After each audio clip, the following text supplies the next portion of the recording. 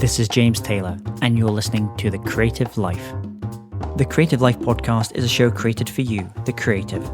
If you're looking for inspiration, motivation, and advice while at home, at work, or on your daily commute, then this show is for you. Each episode brings you a successful creative, whether that's a musician, writer, artist, designer, performer, educator, or creative entrepreneur. They share their journey, their successes, their failures, their creative process, their insights, and much, much more.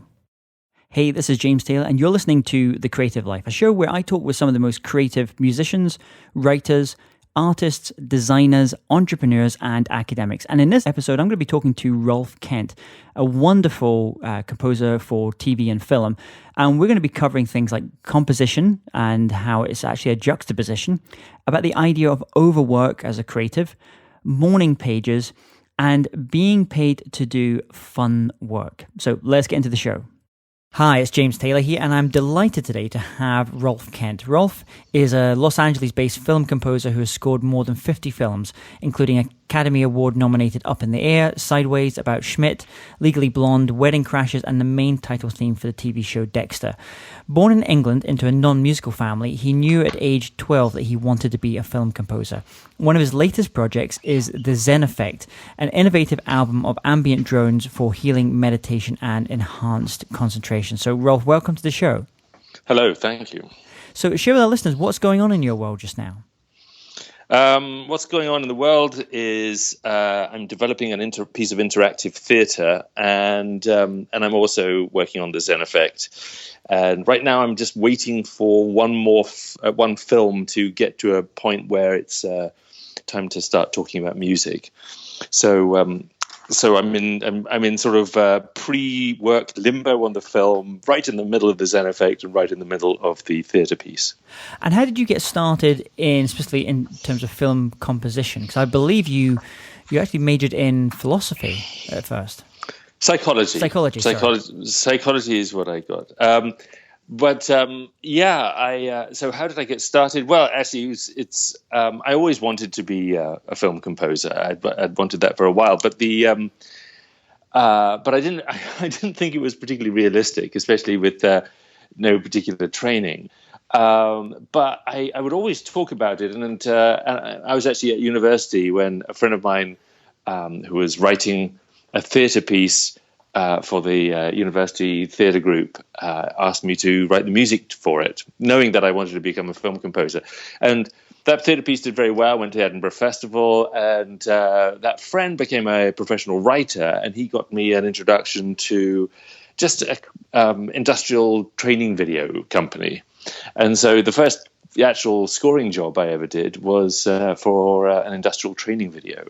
It was had a great cast. Oddly, it seems like you can get amazing actors on a day rate, even for sort of training videos. But it was a sort of spy. It was a sort of thriller piece, but subliminally teaching sales technique. That's where I began. And so I'm imagining those are things people don't put on their IMDb. They don't put on their CVs too often. It's not public. It's a private. It's a training thing. So it wouldn't mean anything to put it on IMDb. So I don't know if they'd even take it. And I don't know the name of it now. Anyway, it's so long ago. So you went from this kind of industrial training video, and then what was the move then into film and TV composition? To be honest, I've just done one rung of the ladder at a time. So industrial videos, lots of student films. So I was in London. I'd go to parties that film students were going to, and I try and persuade them to let me record the music to their next short film. And so that was the second rung on the ladder. And was that an easy sell when you were speaking to these young either directors or writers?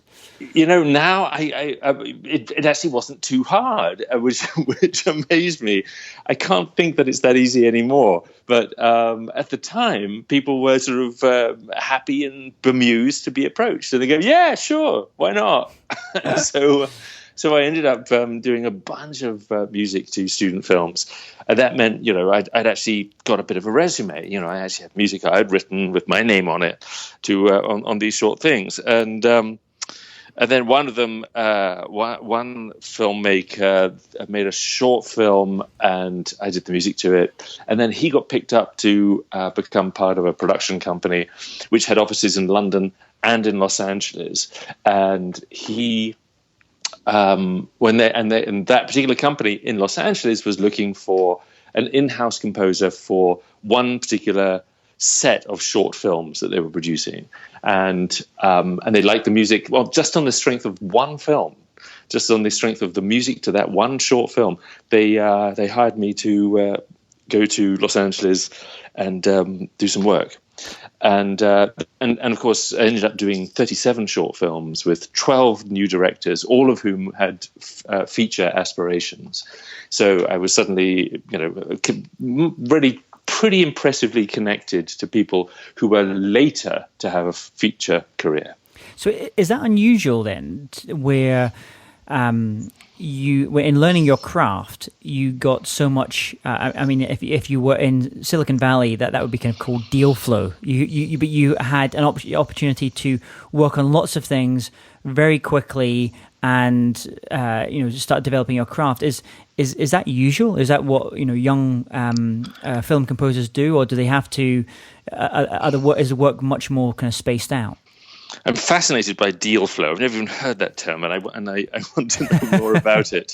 But I think I was extraordinarily lucky. The idea that would just land, and that one production entity would give me so many powerful connections, that I think is pretty unusual. I mean, I don't think the world of feature films anyway, and television, is set up that way.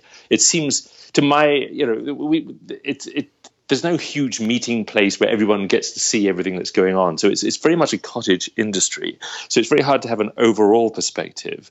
But my perspective is it's very pyramidal, that, if there are certain key composers who have most of the television work, and certain key composers who seem to do just films. And there isn't a lot of crossover. And I think the way of people getting into the industry now just it seems very diffuse. I'm not quite sure if there's any particular path I would recommend. The only path I wouldn't recommend is the one which seems to be very popular, which is to ghostwrite for established composers. And the reason I wouldn't recommend that is because you end up with no credits, no verifiable music that you wrote, and consequently, you're kind of still nowhere. And I don't see a lot of people succeeding by going down the ghostwriting route. And is the when you're talking about film, which are big budgets, actually I suppose now TV, a lot of the TV shows are huge budgets as well, but with film, is part of that thing where there's a small number of people who get all the work simply because the people that are putting the money into this and the producers want a safe pair of hands? I think so. I mean, I think the same thing applies for why so much typecasting, both in actors and in all sorts of creatives in the film industry. Why, once you get known for one thing, it's very hard to break out and to become known for a second thing. And it's because, well, they trust you with that thing, but they don't. It's all about trust, isn't it? And about money. And they just go, well, we know he can deliver that kind of music, so why would we offer him this kind of film? That's different. So that's why I think it becomes very hard to be fluid and mobile within the industry. And when you're given a piece of work to do, let's say if it's a film and you're working directly, let's say with the director, where talk us through the actual kind of creative process for you as the film composer.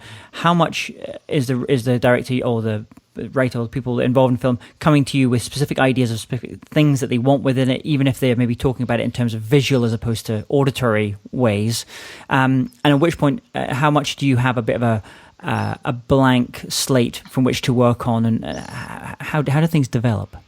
Yeah, it varies considerably. I mean, of course, one of the great things about working in film is that you never have the blank page. I mean, you sort of have a blank page, but you, in that, if you're a writer coming up with your first novel or seventh novel, you genuinely have a blank page. With the film, you've got something to bounce the ideas off. So you're always writing to picture. Always writing, yeah. You always got, and if not, exactly. You've always got. It's going to work with the picture sooner or later. So you can always use the film as the point of inspiration. Is it true that there's? I imagine there's very few of this that happens, if this is even true at all. That with someone like Morricone, where the editor edits to his music, which is the complete opposite way around. Yeah, well, that happens a certain amount, and very occasionally, one gets asked to write music while they're shooting or before they shoot, so that they have but that's a very specific thing, and that's generally because of a very specific directorial, choice. Okay. The director really has a relationship with a composer and really wants to try something. Normally, that doesn't happen, but during the edit, it happens a lot. When I say a lot, more than one might expect, because nowadays we seem to get involved in writing the music way before the edit is complete. Whereas it used to be that you'd wait more or less until it was finished. Whereas now you can send them music and they will try something out, and then they might change the picture according to the image. And I had a very surprising experience last year. I was working on an animation called Rock Dog, which comes out later this year, and I'd written this. The one particular sequence, it had this melody, and then it transitioned, and they said, it's a pity the melody doesn't transition, 3 seconds earlier on that cut. And I said, well, sure, I can do that. So I did it, but it meant clipping the melody short a little bit. And the next time we looked at it, they go, it's a pity we don't get the full melody. I just jokingly said, well, just throw in 3 more seconds. And because it's animation, they could generate 3 more seconds of film. Yeah. And they did. And to my amazement, so the film, that little sequence got extended by a few seconds in order to accommodate the melody, which I have to say blew my mind. I mean, I'm at the bottom of the totem pole. Music is there to fix the problems. It's not there to generate the problems. So the idea that they would actually modify the picture to around the music was quite surprising to me. You just saying at the start that the usual way is the directors come. You're writing to picture. Talk us through that kind of creative process for you then. Right. Well, so I mean, the simple logistics are: you have a film, you sit down with the director goes through, you and the director go through the entire film, spotting, which means looking for the spots which need music, and discussing why it needs music, what that music is supposed to do, what the energy is, what the emotion is, what the audience should feel. And you take notes, take lots and lots of notes. And then the director goes away, you sit down and you write music. And you write music based around those notes, the director's aspirations for the film, and the energies and the emotions and the narrative, and then frequently my directors come in and watch what I've done and give me some direction. I don't like this, but I do like that. This needs to change earlier. All that kind of stuff. So those are the broad sweeps. And then, after a couple of months, hopefully more or less got to the end, and you can then go and record an orchestra or whatever instruments are involved. And the role of the sound designer as well within this. So how does on some things where you're which are less kind of traditional pieces of music and more moods and feels, does that require a different way of thinking about the music, or are you really just kind of going in with your kind of toolkit and then just picking what's going to work for that? I don't think it's a different set of tools. I mean, I'm very aware that there are very few memorable melodic scores these days. There are an awful lot more of things which have a lot of sound design, or they're simply using orchestra as sound design, and that's become very, very common. that it's pretty much the same toolkit. The thing that's missing, of course, is great original thought a lot of the time. I mean, it's one thing to come up with interesting textures, but it's another thing to actually author an original idea. And so, when you mentioned Ennio Morricone, there's a man who is incapable of not having an original idea. He is melodic. He is, he has signature style. And so there's intense authorship in someone like Ennio Morricone's music, which I think is lacking in the vast majority of film music today. But that's not to say it's wrong. It's actually, it's often completely appropriate to the kind of films that are being made. I just miss it because I think there's something interesting to be said as a composer, and unfortunately these films are not benefiting from that, but they're benefiting from something different. But I think it's the same toolkit. There are sound designers, but they don't normally let us in the same room. Is that for emotional reasons, if nothing else? I don't know. I actually think it's just. I'm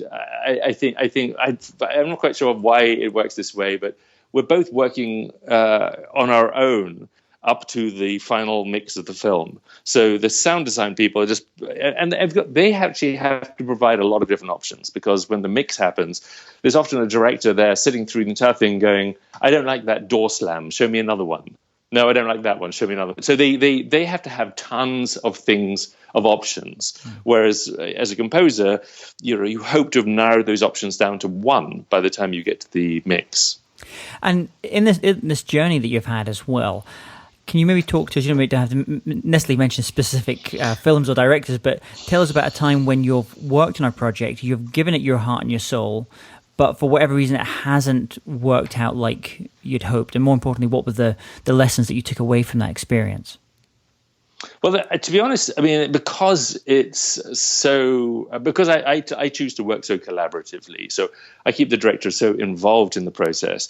So there's no point at which it fails, because you keep on working until you get to a place where the director is satisfied. Now, that doesn't mean to say that it always feels great. I mean, there's certainly been one or two films where by the end of the process, I just didn't think I'd written. I didn't think I'd found the heart of the film. But the director was thrilled. The director was very happy with what they had. But I just felt like I don't know what this score is. I don't know where the center of it is. So, but that's only happened once or twice. And if there's a lesson to take from that, it's that it doesn't really matter. I mean, in terms of, what are the priorities? The priority, the commercial priority is, you need to satisfy the client. You need to provide the director and the film, production company with what they need. The second on the hierarchy of needs seems to me to make myself very happy. And sometimes I make that the first thing. And which is, to really produce something that I feel, expresses something that I wanted to express, and has some heart and soul, or at least I feel it has some heart and soul to it. And have you ever been in situations where you and the director have had a very strong view about what the music has to be, and you kind of deliver something, but folks either at the studio or production company, other people around it, say no, this has to go? How does that relationship work?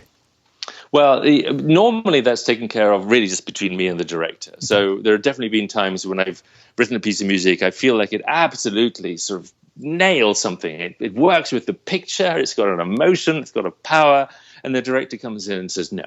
There are two. The first thing that happens is I encourage the director to take another look at it, just in case it's offering something other than the director was really expecting, but perhaps better. I mean, it's filmmaking is an organic process. It's there are lots of people contributing all the way along the line, and my favorite directors are ones who are open to those contributions, and may have so they're not intensely linear about it. They're open to hearing something that they weren't expecting, which may improve their film in a way they didn't know about. So the first thing is to make sure that we really haven't thrown out something that was really good. And if it's absolutely clear that it's not doing what the director wanted, and the fact is that the director has a much broader perspective. They're thinking about the entire narrative, whereas it's so easy to start getting all about this one scene. But suddenly, if you make this scene too intense, then it doesn't belong in the film anymore, or it doesn't work with the other scenes. So you've got to trust the director. So the next thing I do is throw the music out and start again. Now, it's very occasionally a director will just go, no, that piece of music completely doesn't work. However, try it over here. And so sometimes there are great directors who will suggest repurposing an idea somewhere else in the film, and they've just hit gold. So there are some very creative directors with that kind of perspective. But I have no problems at all about throwing my music out and starting over. That's very much the job. So, and when they're giving you that feedback, is it coming in the form of very strong kind of visual feedback? This thing needs to happen quicker at this point here. This needs to happen. There's not enough blue in that piece there, and you're having to translate that into musical terms. Or are you working with directors who maybe have a sense of what is maybe going on in the music and not just what's kind of happening visually? But a bit of both. I mean, the worst thing to start out with is someone who wants to talk in terms of music. That's kind of a disaster. That's interesting. So I would have thought it'd be that would have been a bonding experience, but it's not. No, it really isn't, because it doesn't really mean anything. I mean, it's too often. I mean, so they love saxophone. Yeah, but saxophone can do diabolical things. It can do fantastic things, So what does that mean? You don't want to get too locked into, the imagined musical vocabulary of one particular person. You want to be locked into the narrative, the story, the energy, the emotion, and then find your own way to express that. I mean, a great example was, I scored a film called Mean Girls, and the director he's great. Mark Waters, wonderful director, very clear, and he knows all about the twists and turns and the emotions he wants. And I turn to him and say, "Do you mind if I do that with an African choir?" And he looks at me and goes, "Well, if it works, okay." And that's it, end of discussion. It's he wasn't locked into any particular sound or any particular version of what I was going to do. He wants the film to work. He wants the story, the emotional and the narrative to come through. Right, exactly. So I ended up using a South African choir, and it was very satisfying experience for me, and the film worked, so it all worked out. And on that particular case, were you doing? And I'm trying to remember the movie, 2001: Space Odyssey, where they're purposely, and I don't know, actually this may have not been done on purpose, but the visuals are doing something different to the music, and maybe that's not a good example, but where you've seen maybe examples where there's a very fast scene and suddenly they play some very lethargic, slow sounding thing. Were you doing that on purpose just to make a bit of a disconnect? Which film were you talking about? The one with the African choir. Oh, I see. No. It was actually completely a connection. The pre-story to the film was that this lead character had been schooled in Africa, but was now in America. Okay. So I just thought, well, let's imbue the entire thing with an African flavor. So that because I just thought that was an interesting point of reference. So, but it's interesting when you talk about those kinds of juxtapositions. There was one great composer, and I forget which it was. It was someone like Jerry Goldsmith or Elmer Bernstein or someone who said composition is juxtaposition. And I love it when the most important thing, it seems to me, is to contribute something which isn't already there. So, and again, so often films just seem to sort of like dial dial the volume up. They just go, okay, it's an action sequence. So what are we going to put on it? Action music. You just go, oh yeah. So you just managed to push it up to, you're trying to push it up to 11, but you're not really adding anything. You're simply dialing it up. Whereas if you put on a serene ballet across the action sequence, now you've contributed something completely different. You've contributed something which wasn't already there. And if it makes narrative sense, if you've got, it's an action sequence, but it's tragic, but something awful is happening, or someone's, heart is breaking, but you can't really tell in the film because of the action. You can put it in the music, and you can bring that sense of pathos, of tragedy, of sadness, when it's not visually apparent. So, and quite often in films, things are missing that they were in the screenplay. You knew that this was going to feel this way, but somehow or other on the film, it doesn't have that feeling. So you turn to the music and you go, can you bring us that feeling? And so juxtaposition is, my favorite thing. And it's sometimes when it's requested, and sometimes people know about it, but often it is. I call it invading the pitch. Do you know when you're watching a football match and at the end you just go, and the fans have invaded the pitch? Does it happen more on football or cricket? I'm not sure, but cricket doesn't seem to me an invade the pitch kind of sport. But I'm guessing it's soccer. Yeah, it probably is, but. I call it invading the pitch because you've taken the thing and you start out just going, it's already, it knows what it is. I should leave it alone. And then you go, wait a minute, why am I in the room then? And you just go, okay, so invade the pitch. Find a great idea which didn't exist before and put it up against the image. And now what do you have?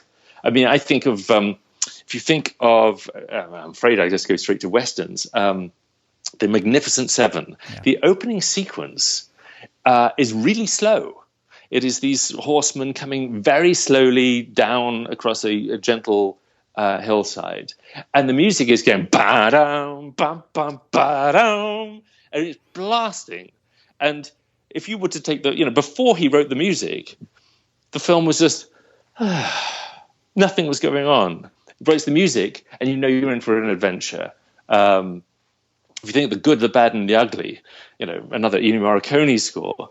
I mean, that I can't whistle right now, but that didn't exist, and then he made it exist, and suddenly you've got a very different film. Apparently, Psycho was destined to be a B movie. No one thought it was much good, and then Bernard Herrmann wrote that iconic shower scene music, and it's something altogether heightened and different. So how do you stay inspired for ideas? I mean, you hear about I can't remember the film composer that did the music for Ben-Hur, who also did a lot of classical work as well, and he would say he would go and write classical kind of heavyweight classical stuff for 6 months, and then he'd come back and he would do the film stuff for 6 months, and he said both fed off each other and they both got value from each other. He was getting different ideas and kind of seeding them in different ways. So where do you kind of go to stay kind of fresh, stay inspired, and maybe get new ideas? Well, a couple of things. Firstly, I don't overwork. It's really important to me that I love my work. And occasionally I get work back to back to back, and then I sort of start a project, and I'm already exhausted, and it's like, oh God, another ton of music to write.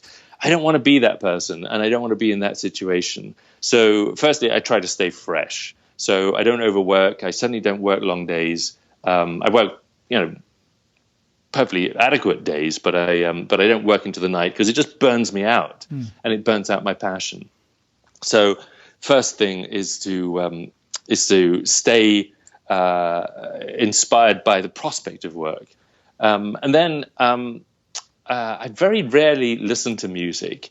I don't drive with music on the radio, but when I'm looking for ideas or wanting to be inspired, I'll listen to Radio 3. I will go to concerts. I will I find it, when my radar is on, I find it very easy to be inspired. I will hear the screech of a bus's brakes, and I will find that inspiring.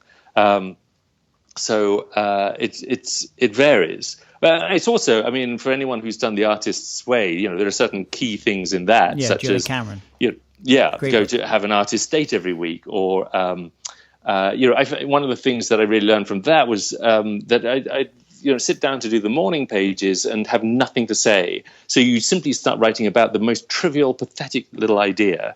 And when you discover that it wasn't a trivial and pathetic idea after all, it becomes something. And from that, I took that, sometimes when you're being creative, taking something really apropos of nothing, a little, I'm reminded of Feynman, Richard P. Feynman, who he was burned out and he decided to take a sabbatical. And then he saw a waiter spinning a plate and decided to come up with an equation to describe the spinning of a plate, and that just for fun. That was the start of a project which ended up in him getting a Nobel Prize because he was inspired. Yeah. So it's key to sort of find those little things that out of nowhere, which for fun, and I do it in work all the time. A friend of mine was complaining that they were being required to do the same music they'd written before. And I said, no, that's not the gig. The gig is to have fun experiments and be paid to do them. And that's and because you're going to still deliver what is required at the end of the day, but the experiment is going to make you full of excitement and energy and make it really great. I love that. I love the idea of being paid to do experiments. That's a really great way of thinking about it. And was one of these experiments you did this thing, the Zen Effect, which a mutual friend, Rolf Potts, the writer, told me about, and it sounded really interesting because there's great sites like Focus at Will and different places of where you can kind of get music to help you focus, or for meditation, or for different things. So talk to us. What is the Zen Effect, and how did it kind of? Well, the Zen Effect is there are 2 albums at the moment, and there's more coming, and they generally. All right, how did it come about? Yeah, for some reason the audio was cracking up just then. So can you hear me okay? Yeah, sure. Hello? Yep, I can hear you. Okay, good. Yeah. So it started out with simply being at in a disco where the DJ had decided to play a drone, a big sort of ambient behind everything. And it was just, it blew my mind. It sounded amazing. So I got home and I created one myself. I created a 44-minute long track, which was really just subtly shifting shades of G. And then I found myself one day I was on the train going into London, and it was a 20-minute journey. And I was just had this thing on my headphones as I took the train. And I was humming to myself and staring out the window, and suddenly the train was slowing, and I didn't understand why it would be slowing because it wasn't supposed to stop till it got to London. And look out the window, and we're already in London, but it seemed like it had been 5 minutes. So this complete shift in time perception really astonished me. And so I kept on listening to this thing when I went into the underground and found that it felt like my own personal koina squatsi. It felt like instead of hassle, it felt like flow. It felt like it was like a river, it was watching tadpoles on a nature documentary. You were just simply flowing around the underground and onto the trains and stuff. It had a very different flavor to it. And it still does. So at some point I played one of these long drones to Jason Reitman, the film director, and he just said, "Oh, you've got to release that." And I said, "There's nothing there. It's just a drone." And he said, "No, you should release that." So I created a bunch of them and put them out as the Zen Effect. So each one is they're ambient tones or ambitones. So each one's one note is the center of it, but it's played by lots of different instruments, which are subtly handing over from each other to each other, so that it ends up being 30 minutes, which is one note, or it's actually combinations of notes, but it feels more or less like one note, but it feels very grounding, rather rich and warm and supportive. And it does certain things to the way you think. So that's what the Zen Effect is. And what's the response been from people that you kind of use the music in different, for different uses? And also, have you had any folks that are maybe involved in the kind of science of sound saying, actually, this is what's going on. This is triggering this in the brain. I've got two neuroscientists who are very interested, and we're hopefully going to do some fMRI scans in the near future. I can guess at some of the things that are happening, but so the responses to people, writers love it because it's a very supportive sound, and it doesn't, unlike playing music in the background, which is often full of events that get in the way of your train of thought. It actually just opens your train of thought and allows you to take leaps which you might otherwise not have taken. So that's so writers seem to like it. I know a number of yoga people use it in their classes, and I know hospice workers that use it. So it's finding a place. It's finding a home in a lot of interesting places, and I'm about to start producing some simple meditation things. The meditation doesn't need any support, but some people just are freaked out by the idea of sitting in silence for 5 minutes, let alone 20 minutes or an hour. So as training wheels for meditation, I think it's amazing because it as I say, it does something. There's they report in long-term meditators that the PCC, the posterior cingulate cortex, tends to deactivate in meditators. And the PCC is very interesting. It's to do with you need it because you need to get motivated. You need to be able to connect memories with emotions and things like that. But when you deactivate it, it puts you into flow. It puts you into a state of effortless ease and unself-conscious presence. So it's very. It's a tricky one because obviously you need to be motivated in order to get stuff done. But if you can turn it off, then you can enter a place where creative flow is very simple, and you don't have to. You're not always looking at yourself and judging yourself for what you're doing. You're just doing. So if you think of like when you're skiing or if you sort of jump off the diving board into a pool or something, or something where you're simply easily exhilarated but not self-conscious, then that would quite likely be a place where the PCC is less active. So it's a very desirable state to achieve, especially if you're able to be very functional and yet effortless and relaxed. So and it seems, I can only say, we haven't done any studies yet, but it seems very plausible to me that the Zen Effect the tracks have that kind of impact on the way our brains work. It's a fascinating area as well. I'm just thinking that all the different possible applications for this as well. One which seems the most obvious is on flights, which are when I find it really interesting. Traveling recently around Europe and being on British Airways, who usually play kind of Radio 3 kind of classical style music, hopefully not too kind of full on stuff, and then I'll go into another airline that will remain nameless. And they're playing kind of full-on techno stuff, and you can see the stress and the anxiety going up in people because this stuff's kind of feeding into it. Yeah, no, exactly. And I, on my on the Zen Effect website, there is an account by a friend who used, he talked about how he used it on a flight and how what a change it made to the way he felt. Both making the journey feel shorter, but also much more relaxed.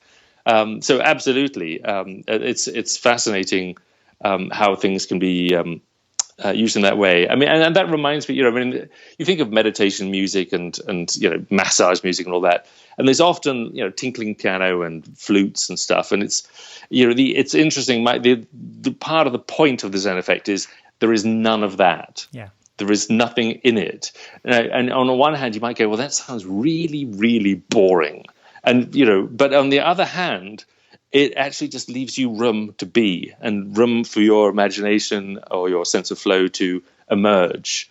And so that is, I'm very pointed about keeping it almost event free, so that because it makes it a very, it means you can apply it in different situations where music gets in the way. And if you could share an online resource or tool like a Evernote or something that you find really useful for yourself and perhaps the work that you do, what would it be? Well, there's a couple. Let's see. I certainly use Evernote, and Evernote certainly until recently has been my go-to for keeping audio notes. So when I'm writing tunes, I often do a lot of creative thinking while walking. So being able to hum straight into Evernote has been really useful. And when I'm writing lyrics, there's an app called B Rhymes. It's just the letter B dash rhymes, which is great for. It's a great rhyming app, partly because a B rhyme, by their definition, is a rhyme which doesn't really rhyme, but it almost rhymes. So it spreads it keeps the scope larger. Yeah. There's a new app for music called Music Memo, and that's just astonishing. You hum into it, and it adds bass and drums. Wow. And writes out the chords. Now, it's not entirely accurate, but it's incredible that it even figures out as much as it does. So I'm quite impressed with that. But I think I'm going to be mostly sticking with Evernote because it's cleaner, because it just records the thing you're thinking about. Well, that's great. And if listeners, if they go to jameshale.me and they type in Rolf Kent, they'll be able to get links to all these as well. Just so we finish up here, Rolf, if you could recommend just one record and one book to our listeners, what would they be? One record. The book is a couple of great books, but I would recommend The Art of Possibility by Zander and Zander. Benjamin Zander is a really impressive. He's a conductor, but he's a wonderful public speaker. There are TED Talks by Benjamin Zander. There are documentaries about him. He has wonderful turns of phrase. And he's very quotable. And so The Art of Possibility is actually a book for management, but it is really kind of inspiring and inspiring in creative ways. So I'd recommend that. Record? Do you mean like a CD or an LP or something? I'm gonna say album. An album. I don't even know where to start. I mean, I know musicians, they always struggle with this question, and so the way that I'll sometimes ask this as well is there a record that you've gifted more often? Interesting.